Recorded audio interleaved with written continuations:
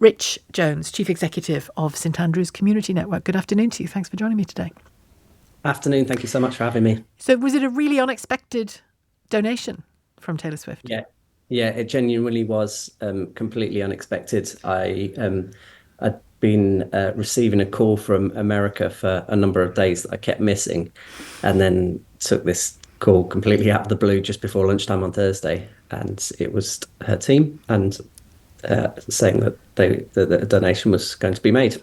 Was anyone in the room with you so you could go like this? Oh my God, it's Taylor Swift.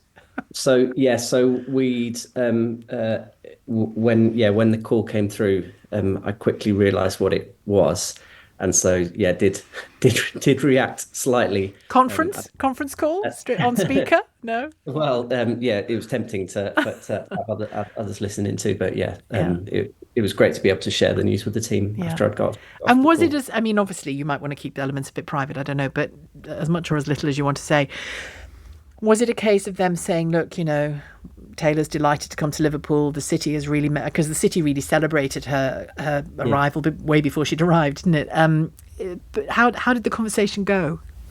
So I think the wonderful, so obviously the generosity and the donation was brilliant, but the beautiful thing about the call was Taylor's personal message to the team and to the volunteers, message of thanks for what they are doing across the city to appease the challenge of food poverty and food insecurity. And it's obviously an issue that's close to our heart because the charities that she selected to donate to across her tour have been typically those that work in that area, either food banks or organisations that have food banks attached to them. So it was particularly special that they were really keen to lead off with, this is the message that that Taylor wanted. This is what she wants to say to you. Yeah. And tell me what the money means to you. Yeah. So we have had to keep the amount confidential, but the money, as Cardiff shared, the money comes at a time when organisations like ours are particularly challenged with organisational austerity. The need has increased in recent years. So last year we had 14,000 visits to our food banks and 22,000 visits to our community food pantries. So 36,000 engagements with those who are. And that's just one charity. And that's just one charity, just working in the north of Liverpool as well. We're one of many in Liverpool, and that's an increase. Significant increase on the year before and the year before that. So need is going up. The capacity required to answer that need is stretched because actually the resources to answer that need have not just plateaued, stayed still. They're actually going down. And so the question about philanthropy is a really interesting one because people absolutely do wonderfully support our work through donations of food and financially, but individuals are finding that they're feeling the pinch, particularly as a result of cost of living crisis and other things over recent years. Yeah, I mean, I've never had a problem with philanthropy. I know some people think it's inherently a bad thing. Other people think it's 100% a good thing. But there's a balance between that and a properly run society, isn't there? And, I know in Liverpool when I was growing up, I used 2 Carnegie Institute places. One was a swimming bath and one was a library. And over time, when long after I'd left Liverpool and, was no longer a child and had left Liverpool, both buildings kind of went a bit, to rack and ruin because of council cuts, because of lack of money and all the rest of it. But the great thing about the Carnegie Institute, and I don't know whether Taylor Swift has this as well, is that anything that they found has to remain for charitable or societal purposes. It can't suddenly become, a money-making casino or a shop or whatever it is. It has to be for the good of the community. So that remains. And at least one of them, the library, has certainly been revived into something that you could definitely say is adding to the community, which is fantastic. Food is a slightly different thing, isn't it? Because it's not a building. It's a permanent human need. What is the pressure on the people who come to your charity?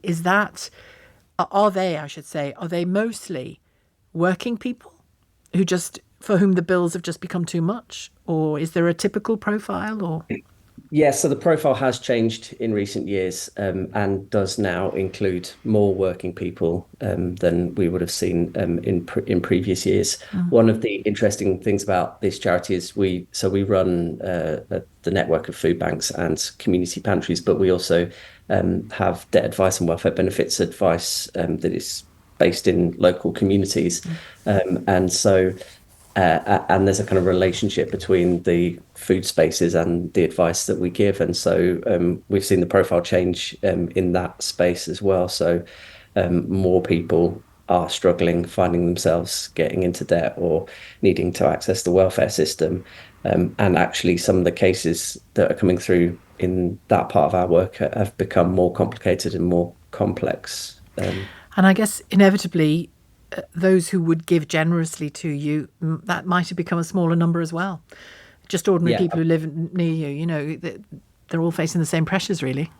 Yeah, absolutely. And so, I do think that kind of philanthropy and altruism is an important part of the fabric of community. But actually, it can't be the thing that underpins it. No, it can't be the thing that underpins it. And so I think, I guess, interestingly, again, for us, we have a particularly high number of volunteers that work alongside us and make our world go round. So we have over 300 volunteers who are doing various things across our organisation. Cooking, delivering, that kind of thing.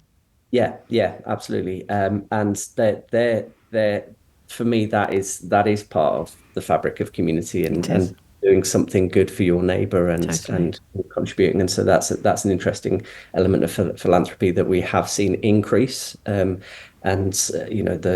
pandemic gave rise to mutual aid and people just recognising the importance of caring for their neighbour and that we need each other, and that can happen in any direction, can't it? Even though you were strong before, you might find that you need somebody now, kind of thing. But I think the pandemic taught us that, didn't it? Because even if you had resources, it could still hit you in a very particular way that you couldn't have predicted.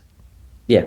Absolutely. I think one of the things I was interested in the question you posed around the election, when I was thinking about this thing about philanthropy and volunteering, I often pose the kind of provocative statement that I'm not sure that the answer to the societal ills that we're experiencing lies with politics or economics, but that actually lies within community and the development and building of functional, sustainable communities. And actually, what's wonderful about this donation and kind of organisations like ours is these grassroots responses to the poverty that people are experiencing are more and more kind of driven by volunteers. They're driven by the communities that they were set up to serve. Yeah, it's looking to your right and left and seeing who needs your help, isn't it? Which does happen a lot, I think, in this country. I think it's a generous country, but it's been under a great deal of strain, hasn't it, over the last few years? So you're all Swifties now, I take it. Yeah, so those of us who weren't absolutely are now. Does that include you by the look of your face? Right, so it's time to download her greatest hits, Rich. Congratulations, because I know it's allowed you to really, look ahead properly to the next year or so and do things the way you want to, alongside all that support from volunteers, as you say. Thanks, Rich. Great to talk to you. Rich Jones, Chief Executive of St Andrew's Community Network in Liverpool, after receiving that large donation from Taylor Swift.